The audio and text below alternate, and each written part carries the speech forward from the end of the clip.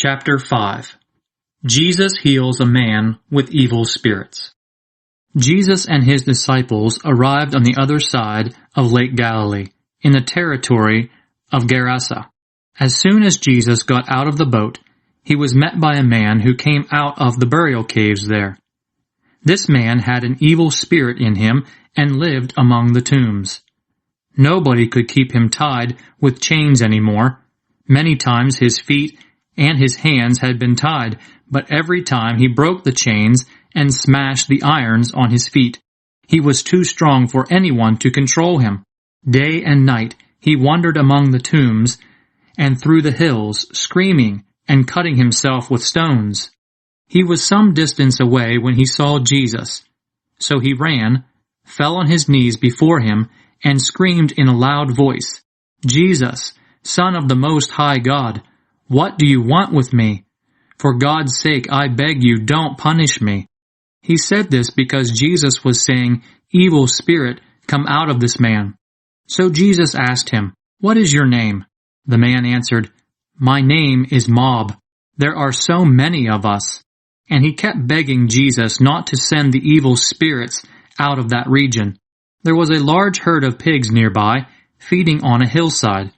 So the spirits begged Jesus, "Send us to the pigs, and let us go into them." He let them go, and the evil spirits went out of the man and entered the pigs. The whole herd, about 2,000 pigs in all, rushed down the side of the cliff into the lake and was drowned.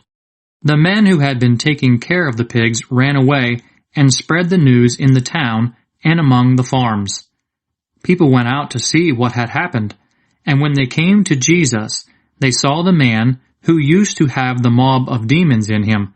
He was sitting there, clothed and in his right mind, and they were all afraid. Those who had seen it told the people what had happened to the man with the demons, and about the pigs. So they asked Jesus to leave their territory. As Jesus was getting into the boat, the man who had the demons begged him, "Let me go with you." But Jesus would not let him. Instead, he told him, "Go back home to your family and tell them how much the Lord has done for you and how kind he has been to you." So the man left and went all through the 10 towns, telling what Jesus had done for him, and all who heard it were amazed. Jairus' daughter and the woman who touched Jesus' cloak. Jesus went back across to the other side of the lake. There, at the lakeside, a large crowd gathered around him. Jairus, an official of the local synagogue, arrived, and when he saw Jesus, he threw himself down at his feet and begged him earnestly, "My little daughter is very sick. Please come and place your hands on her, so that she will get well and live." Then Jesus started off with him. So many people were going along with Jesus that they were crowding him from every side. There was a woman who had suffered terribly from severe bleeding for 12 years, even though she had been treated by many doctors. She had spent all her money, but instead of getting better, she got worse all the time. She had heard about Jesus, so she came in the crowd behind him, saying to herself, "If I just touch his clothes, I will get well." She touched his cloak, and her bleeding stopped at once. And she had the feeling inside herself that she was healed of her trouble. At once, Jesus knew that power had gone out of him, so he turned around in the crowd and asked, "Who touched my clothes?" His disciples answered, "You see how the people are crowding you. Why do you ask who touched you?" But Jesus kept looking around to see who had done it. The woman realized what had happened to her, so she came, trembling with fear, knelt at his feet and told him the whole truth.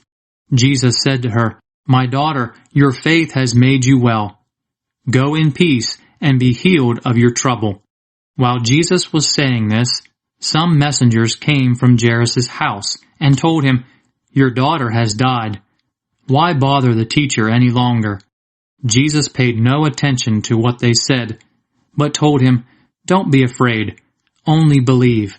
Then he did not let anyone else go on in with him except Peter and James and his brother John.